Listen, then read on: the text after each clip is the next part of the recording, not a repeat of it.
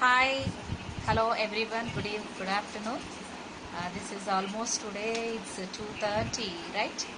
And now I'm here to speak about how to improve your spoken English. So I'll give you some of the tips that how you can speak in better English. Okay. So when you want to speak in better English, the first tip that you have to follow is you need to stop using some of the adverbs with the verb, right? For example, you say to someone who is very stunning in beauty, you just go to her and tell her you are very beautiful. So instead of using very beautiful, very as an adverb and there beautiful as an adjective, just remove those two and just use one word for that. And look into the dictionaries, you will be finding the synonyms for the words with very. So I have done a lot of homework on that.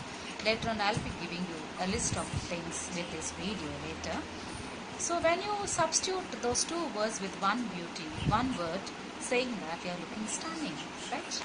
You are looking gorgeous. So when you use certain synonyms, that will add up to the dictionary of your brain, and that allows you to accommodate yourself with many words in your diction. This is how you can improve. Very costly. Remove the word very costly and give the word expansive, right? So this is how you have to improve your vocabulary, by using up the dictionary and finding out the synonyms for the words using very, right? That is the first tip that I want to give to my friends. Now coming to the next one, you don't have to feel ashamed of yourselves. When you want to speak to someone, lose the inhibitions. Keep aside the inhibitions and talk to the people, And if there is no one to listen to you, talk to yourself. Go right in front of the mirror and speak to yourself. So when someone is looking at you in awe or it's something and you feel ashamed looking at yourself with your spoken English, it's the right time that you develop a bold nature. So you should be bold enough by giving and talking and giving any kind of replies to the other person only in English. Only then you will be able to understand the right way of usage. Okay. And next one, stop watching the channels of your regional or the local languages. Whatever you consume, that only will be produced. So when you watch a local channel or your own language channel, what will be doing? You'll be consuming everything, what all are dumped in your local language. So this is how, when you are consuming everything in your local language, definitely the production will be also in local language. So when you use more of your local language, and there is a chance for you to learn more and more English. So better than doing that, instead of doing that, go for some beautiful English movies or English serials, and go with the subtitles also. So when there is a tendency of reading the subtitles down, so what will happen? You will catch up the vocabulary over it.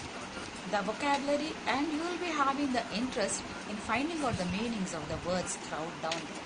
So when you know the meaning of the word, rightly when you use the same word in some other sequence, it will be easy for you to develop that kind of vocabulary in your speech too, right? And next, coming to the books, reading of the books. So when you happen to have all these hi-fi books, and which are very, very knowledgeable and superficious editions, and all those things are likely boring for you. So don't go for that. Really don't go for that, because in the initial stage, when you go for such things, you will never be able to develop the habit of reading, because initial stage, that will be a sore step for you to start up your spoken English. So go for the easy ones. Pick up some story books, right? Because when you take up a storybook, it instills interest in you. So this is how you will develop your reading capacity, right? And next one, improve your functional grammar. And some people will be having the idea that the functional grammar doesn't have anything to do with the spoken English. No, that's not right. Because unless you know how you can construct the sentence properly with the correct usage of grammar, how can you talk to the other person, right? So you need to know what a grammar functions, right? So then what should you do? And I suppose everyone will be having our Renan Martins at home. Brush them up, take it out and learn few of the nominal functions of the grammar, where to use what. The first one is the parts of speech, as of how you all know, and the subject verb agreement and the usage and everything. Just once go through that and remember all those things in your mind and write it down. So when you write, what will happen? That will be registered in your brain. So when it is registered in your brain, what will happen? That will be putting into practice.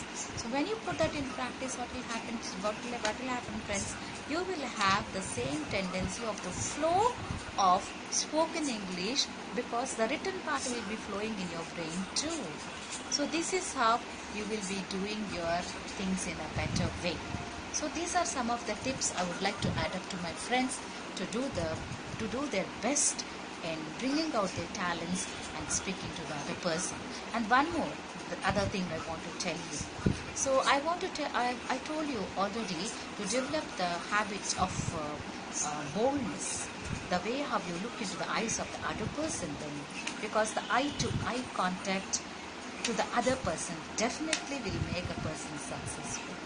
Never let down your eyes, look at the ground, but instead look at the person and look into the eyes of the other person with whom are you speaking. So this shows how attentive you are, and to the other person also, and how courageous you are in speaking, and that itself lifts your identity in the eyes of the other person. So I sign off here for today, giving you certain tips how to improve your spoken English. Bye bye. This is Mulpuri Prasanna once again signing off for today. Bye.